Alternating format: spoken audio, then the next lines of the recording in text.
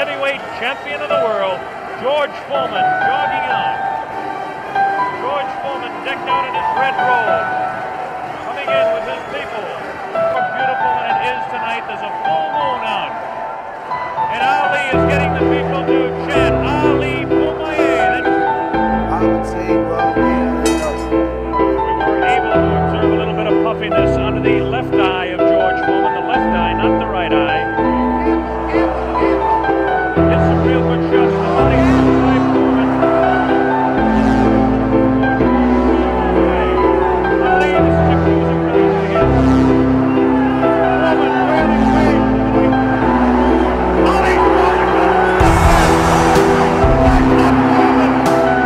really wins. Ali Ali and pinky right hand. Another pinky right hand. Standing for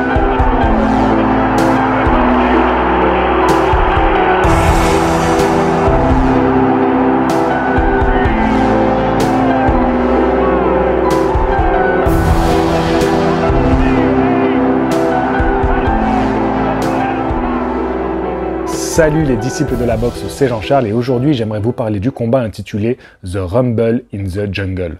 Ce combat qui a eu lieu au Zaïre, à Kinshasa précisément. Donc le Zaïre aujourd'hui c'est la République démocratique du Congo. Ce combat qui opposait George Foreman à Mohamed Ali. Rumble in the jungle. Un combat qui restera dans l'histoire de la boxe anglaise. Il a été d'ailleurs élu le combat de l'année 1974 et a aussi été élu round de l'année, le fameux round 8, où Ali va faire tomber Foreman. Ce chaos qui sera sublimé à l'écran dans une scène magnifique interprétée par Will Smith qui incarne Mohamed Ali. D'ailleurs, un rôle qui va l'imprégner à tel point que lors de la cérémonie des Oscars 2022, Will Smith va faire une folie.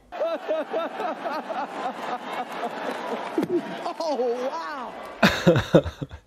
Ça n'a rien à voir avec le sujet de la vidéo, revenons à nos moutons, et sacré mouton qu'est le George Foreman. Le film, très bon film, qui représente assez bien la vie de Mohamed Ali, mais pour moi, on n'est pas assez rentré dans l'enjeu autour de ce combat-là contre George Foreman. Certes, ça représente bien l'Afrique, comment Ali a été, vu en Afrique, aimé des Africains. D'ailleurs, n'hésitez pas à aller voir le magnifique documentaire When We Were Kings. C'est un documentaire qui d'ailleurs en 1997 a été élu par les Oscars meilleur documentaire. Les Oscars, tout est lié, hein, bien sûr, je ne vous avais pas parlé de Will Smith pour rien. Non, je déconne, ça n'a absolument rien à voir, c'est un hasard total. Plus sérieusement, lors de la cérémonie des Oscars de 1997, ce sont les acteurs Tommy Lee Jones et Will Smith qui vont remettre le prix du meilleur documentaire. Devant un public de stars qui les acclame, vont être invités à monter sur scène Mohamed Ali, qui à ce moment-là est déjà très diminué par la maladie, et George Foreman, qui est encore un boxeur en activité. Ensemble, ils vont rejoindre la scène, acclamés par le monde entier. Ce qui est encore plus fou et qui me donne vraiment des frissons aujourd'hui, c'est de voir déjà cette scène qui est magnifique, mais en plus Will Smith, qui serre la main de George Foreman et de Mohamed Ali, sans savoir que quelques années plus tard, il interpréterait ce rôle au cinéma. Donc, élu aux Oscars comme le meilleur documentaire, c'est un documentaire absolument magnifique, je vous invite à le voir, à vous le procurer en DVD, bref, tu te démerdes. Si tu es un petit peu débrouillard, tu le trouveras sur internet, voilà, et tu pourras le regarder. Mais en tout cas, c'est vraiment un documentaire absolument merveilleux et il trouvait bien dans le contexte de l'époque, voilà, Ali, Foreman qui se retrouvent en Afrique, comment Foreman est devenu le grand méchant, Ali était le super-héros pour tout le monde. Voilà, on va parler un petit peu de ça, mais moi je voudrais revenir sur vraiment sportivement, qu'est-ce que ça valait ce combat-là? Sportivement, Foreman Ali, qu'est-ce qu'on pensait avant que le combat ait lieu? Et à quel point ce combat est finalement une surprise absolue. You told everybody I don't have a chance. Only will George Foreman fall, but mountains will fall. Voilà, on va se remettre à la place de Mohamed Ali lorsqu'il monte sur le ring au Zaïre et qu'il a tout un peuple, que dis-je, tout un continent derrière lui. Et ben, pendant 6 minutes, il va attendre que George Foreman monte sur le ring. Pendant 6 minutes, il va patienter, il va scander son slogan avec la foule, il va danser, il va faire le show. Et au total, il va même devoir attendre 20 minutes sur le ring avant de pouvoir commencer son affrontement contre Foreman. Et pendant ces 20 minutes, qu'est-ce que Ali a dû être fort pour ne pas gamberger, pour que ne rentre pas dans sa tête la petite voix, les petites voix d'absolument tout le monde qui pensait qu'il était terminé, finito le Mohamed Ali. Ali was scared. I think he was scared even then. And he knew he was going to be very scared as he got closer and closer to the fight. Et dans cette vidéo, je vais t'expliquer pourquoi, oui, on avait toutes les raisons de croire que Ali était finito. The time may have come to say goodbye to Muhammad Ali, because very honestly, I don't think he can beat George Foreman. Le George Foreman qui est face à Ali, il a 25 ans. Il est champion du monde WBA et WBC des poids lourds. À l'époque, le titre WBO et IBF n'existait pas encore. Foreman, c'est 40 victoires, 37 remportées par KO. Donc t'imagines, à 25 ans, il a déjà un palmarès long comme le bras. Mais en plus, le gars, il a été champion olympique. Donc c'est-à-dire que, même chez les amateurs, il a une belle carrière. Ali, lui, il a 32 ans et cumule 44 victoires, 31 remportées par KO et 2 défaites.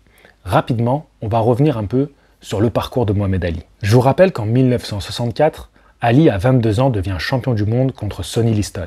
Malheureusement, quelques années plus tard, Ali se verra destitué de ses ceintures parce qu'il s'oppose à la guerre au Vietnam. Ali finira par retrouver une licence de boxeur et reprendra la boxe. Et en 1971, il aura une nouvelle chance pour un titre mondial. C'était le sujet du premier épisode, la première défaite, qui était la première défaite de Mohamed Ali. Car oui, Mohamed Ali va échouer, il va tomber sur un formidable Joe Frazier qui va lui donner une belle rouste. Mais le pire, c'est qu'en 1973, Ali va essuyer sa deuxième défaite chez les professionnels contre Ken Norton. Alors oui, Ali va se venger de Ken Norton, il va remporter le combat retour au point. Oui, Ali va se venger de Joe Frazier, il va remporter le combat revanche au point. Mais ce qu'il faut savoir, c'est que le George Foreman qui est face à lui, et ça c'est une raison de plus qui fait dire à tout le monde que Foreman va massacrer Mohamed Ali, c'est que ce Foreman-là, ses titres de champion du monde, il les a obtenus contre qui? Joe Frazier. C'était le sujet du deuxième épisode, la première défaite qui était consacrée à Joe Frazier. Joe Frazier qui va perdre ses titres contre George Foreman. Il va se faire laminer en 2 rounds.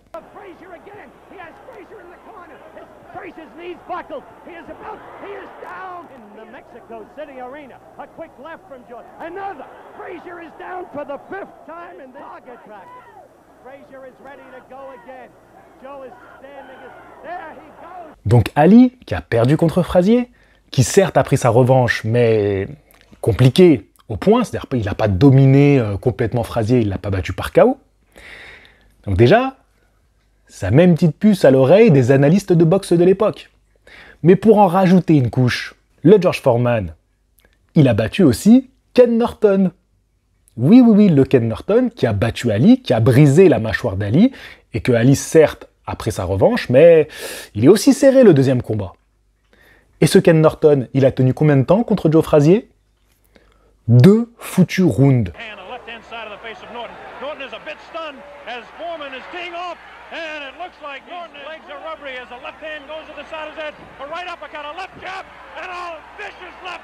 George Foreman a roulé sur Ken Norton. Et donc là, lorsque Ali est sur le ring face à George Foreman, je peux te dire qu'il y a peu de monde, en tout cas qui suit et qui analyse la boxe, qui croit aux chances de Mohamed Ali. You got George? Tell the truth. You, fella. Yeah. No pig. La petite anecdote qui est assez marrante, juste avant de vous parler un petit peu du combat quand même, c'est que George Foreman, à ce moment-là, bon, je vous rappelle qu'on est en Afrique, eh ben, il n'a fait aucun combat pour un titre aux États-Unis. Lui qui pourtant est américain. Il a fait son premier combat face à Joe Frazier en Jamaïque. Il fait sa première défense de titre au Japon, combat qu'il va gagner en 1 round, tranquille, pour lui c'était une formalité. Neutral corner. Now the fight resumes.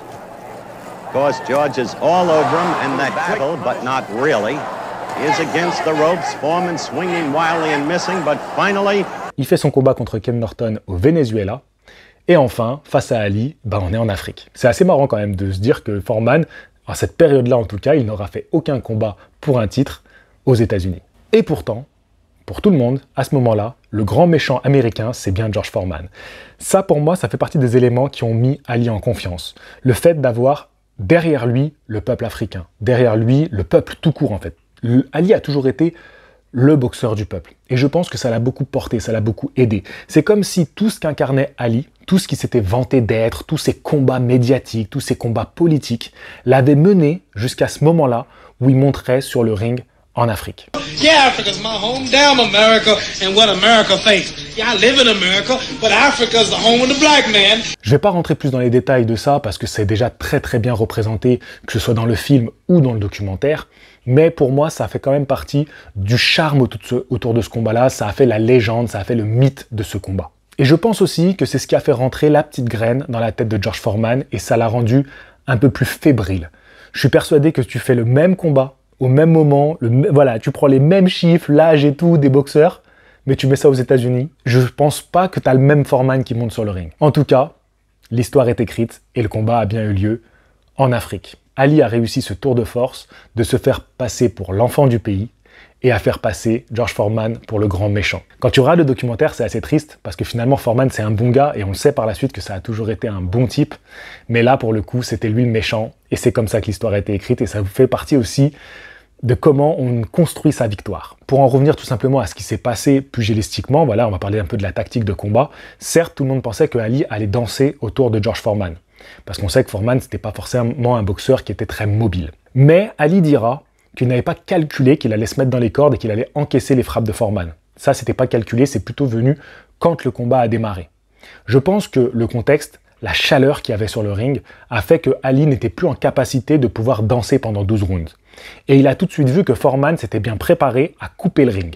Donc il n'avait pas le choix, il était obligé d'accepter le combat. Mais il ne l'a pas accepté n'importe comment. Il a amené Foreman dans un combat que Ali maîtrisait. Il s'est mis dans les cordes, il a encaissé les coups, il a empêché Foreman de construire vraiment sa boxe et de très peu le toucher finalement au visage, et c'est Ali qui a été le plus précis et même le plus fort. L'une des phases les plus importantes que Ali a maîtrisées et qui pour moi a changé l'issue de ce combat-là, c'est tout ce qui est le vice. Donc c'est toutes les phases d'accrochage. On sait que Foreman c'est quelqu'un qui avait tendance à malmener ses adversaires, pas seulement en leur envoyant des grosses patates dans la tronche ou dans le corps, mais aussi en les utilisant comme des poupées de chiffon, tu vois. C'est-à-dire que lui, il te prenait comme si c'était son petit ref, et il t'envoyait dans les cordes, il t'envoyait sur le ring, bam bam, tu vois, il te prenait, il te poussait, il te dégage de là. Bref, il faisait ce qu'il voulait. Et dans ce combat-là, si tu as l'occasion de le revoir, tu vois que Ali, il saisit Foreman, il utilise son poids, alors qu'il est un peu plus léger que Foreman. Mais il ne va pas se laisser manipuler, il ne va pas se laisser malmener par Foreman. Certes, Foreman lui met des coups. Encore une fois, Ali les voit plutôt bien arriver, et les coups au corps, il les accepte. Et dès qu'il y a des phases d'accrochage, c'est Ali qui en est le maître, c'est Ali qui décide et qui dicte l'issue de ce combat-là. Donc, il a usé encore plus Foreman à ce jeu-là. Foreman qui n'avait pas l'habitude, il avait l'habitude de prendre ses adversaires et de les balarguer, il avait l'habitude de les frapper et que les mecs ils volent dans tous les sens. Bref, ça allait à sens unique avec lui. Et là, pour le coup, il est face à un mec qui n'accepte pas ça et qui ne se laisse pas faire sur aucun plan de match. Voilà un petit peu mon analyse de ce combat-là. Elle a été faite et refaite, on a écrit des chansons sur ce combat, c'est un combat qui apparaît dans plein de documentaires. Vraiment, il y a plein de chansons à aller voir voilà, sur YouTube. Bon, les montages sont un petit peu cheap avec des images de l'Afrique et tout, mais il y a plusieurs chansons qui ont été écrites sur ce combat-là. Si vous voulez, je vous mettrai les refs là à l'écran. Et c'est un combat qui restera mythique. Je pense que même si on écrit encore des choses dessus, vous savez, moi, j'ai beau avoir vu et revu des documentaires sur Ali, avoir vu et revu des combats de Ali, avoir lu et, non, pas encore relu des livres sur Ali, bon, ça va quand même, je peux pas tout faire, hein. J'ai aussi des séries à regarder, hein. J'ai une vie quand même. Malgré ça, je suis toujours aussi impressionné par la vie qu'a menée Ali en tant que boxeur, mais aussi en tant qu'homme. C'est impressionnant. Et je voudrais juste finir par une petite anecdote, encore une fois, assez sympa. C'est que Foreman, il a dit, bien après ce combat-là, il dit oui, après le combat, ça il l'a dit bien après, hein, il dit après le combat, j'ai cherché des prétextes. Oh oui, mon coin, je regardais mon coin pour me relever, et ils ont mis du temps à me dire qu'il fallait que je me relève. J'ai été drogué, il a dit ça, j'étais pas bien, bref, tu vois, plein de choses. Il a dit plein de choses, voilà, comment Ali a manipulé les gens, ils ont pas été corrects avec moi, bref, plein de choses. Mais au final, j'étais juste un boxeur qui vivait sa première défaite et qui savait pas gérer ça. Et en fait, ça m'a fait énormément penser à Deontay Wilder, quand il connaît sa première défaite contre Tyson Fury, lors du deuxième combat, qui se fait malmener comme pas possible, et qui derrière va chercher tous les prétextes pour excuser sa défaite. Donc ça m'a beaucoup rappelé finalement ce tempérament de champion qui ne veut pas reconnaître. Et par la suite, il faut savoir que George Foreman, il a vécu, je crois, 2 années de dépression avant de se remettre de ce combat-là, et il est revenu plus fort et plus beau que jamais. Il va faire une seconde partie de carrière qui sera extraordinaire. Voilà, mais c'est pas le sujet de cette vidéo. Le sujet de cette vidéo, c'était la première défaite de George Foreman, et pour vous dire à quel point George Foreman était un monstre absolu à ce moment-là. Et c'est absolument fantastique ce qu'a réalisé Ali en le battant. Je vous dis à la prochaine. Fighting! I told you in the beginning you couldn't beat us. But you're going to be champion again one day when the prophet finished. Next time, let's be pushing on the rope. Let the man hang out there. It wasn't him. It was God. It was God. And God's going to make you a champion one day. You'll see. You'll see.